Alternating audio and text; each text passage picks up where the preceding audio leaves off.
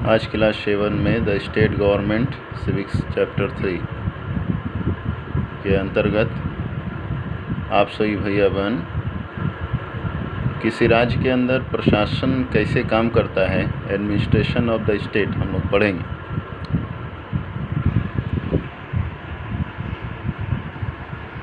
किसी भी स्टेट का जो कॉन्स्टिट्यूशनल हेड होता है वो गवर्नर होता है। भारत में अभी वर्तमान में 28 राज्य और 9 केंद्र शासित प्रदेश हैं, 21 state and 9 UT. The constitutional head of the state is the governor who administers with the help of popular and responsible council of minister की सहायता से वो अपना शासन चलाता है। और जो यूटी है, यूनियन टेरिटरीज, वहाँ पर राष्ट्रपति के अंतर्गत वहाँ पर उपराज्यपाल अपना काम करता है, प्रशासन चलाता है। गवर्नर यूटी जैसे कि अभी जम्मू एंड कश्मीर और लद्दाख।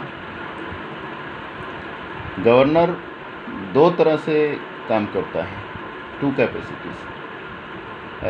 वह कॉन्स्टिट्यूशनल हेड होता है स्टेट का, राज्य का संविधान प्रधान, और वह सेंट्रल गवर्नमेंट का एजेंट भी होता है, केंद्र सरकार का एक एजेंट के तौर पर भी काम करता है।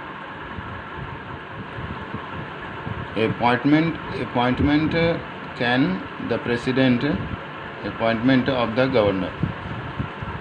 The president can appoint as a person as governor who किसे गवर्नर बनाया जाता है, उसकी क्या योग्यता है। सबसे पहली योग्यता है कि वह भारत का नागरिक हो, उसकी उम्र 35 वर्ष से कम ना हो, वह पार्लियामेंट का मेंबर नहीं हो, ना ही राज्य के किसी विधान सभा या विधान परिषद का, और किसी लाभ के पद पर ना हो। एक गवर्नर का कार्यकाल 5 वर्षों का होता है। कुछ विशेष अवसर पर उसके पहले भी टर्मिनेट किया जा सकता है, हटाया जा सकता है या बदला जा सकता है एक राज्य से दूसरे राज्य। Power of the governor, executive power, कार्यकारी अधिकार। All the executive power of the state government are vested in the governor.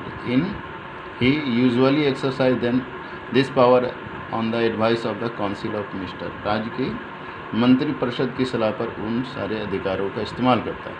He appoint the leader of the majority party as the chief minister and appoints other ministers on the advice of the chief minister.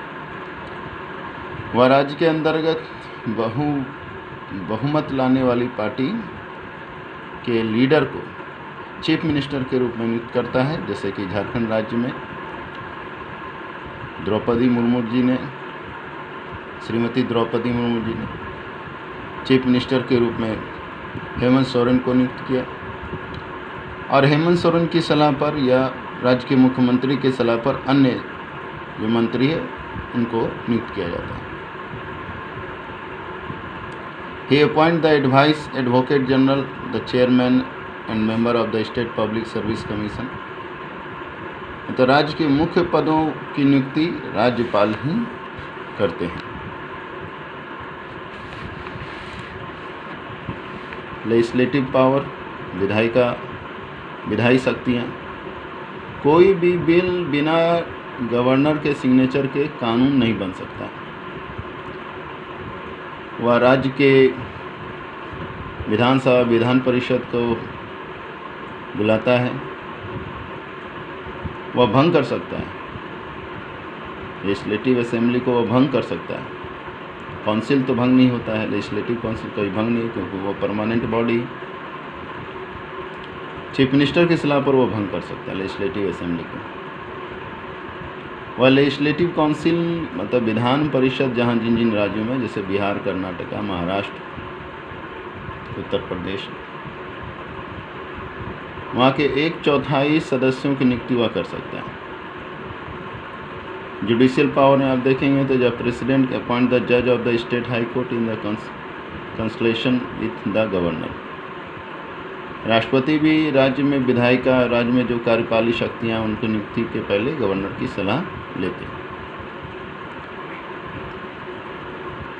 Discretionary power, यह विशेष power है, विशेष परिस्थिति में ये चीज राज्यपाल को प्राप्त है, गवर्नर को प्राप्त है। यदि राज्य में शासन प्रशासन फेल हो जाता है तो राज्यपाल गवर्नर केंद्र को रिपोर्ट करके, केंद्र को बताने पर राष्ट्रपति, वहाँ पर राष्ट्रपति शासन लगा सकते हैं।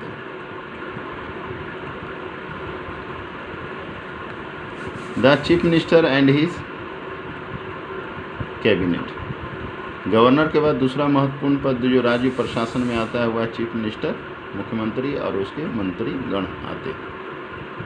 As a matter of fact the chief minister has the same power in the state as the prime minister has at the centre. जिस प्रकार से केंद्र में प्रधानमंत्री अपनी शक्तियों का प्रयोग करते हैं उसी प्रकार से या उसी पद की तरह राज्य में मुख्यमंत्री की सत्ता होती है, अधिकार होते हैं। The governor act on the advice of the chief minister, governor chief minister की सलाह पर ही कार्य करते हैं प्राय।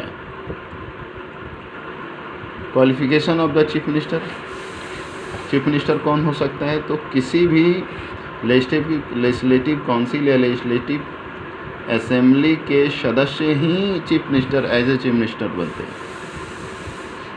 उसके लिए कोई खास योग्यता की ज़रूरत नहीं होती है। जो लेजिस्लेटिव असेंबली या काउंसिल की योग्यता की ज़रूरत होती है उसका मेंबर बनने के लिए, वही चीफ मिनिस्टर के लिए। हाँ, ये है कि चीफ मिनिस्टर उस बहुमत प्राप्त पार्टी का लीडर होता है, ये उसमें खास है।